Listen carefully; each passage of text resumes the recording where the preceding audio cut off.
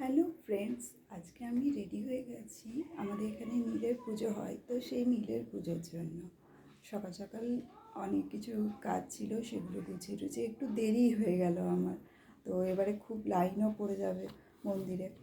তা আজ আপনাদের আর মন্দির দেখাতে পারছি না, কারণ খুব দেরি হয়ে গেছে। বাচ্চাগুলোকেও রেখে যাচ্ছি বাড়িতে দিদিভাইয়ের কাছে। তো এই যে আমার পুজোর থালা রেডি করে নিয়েছি।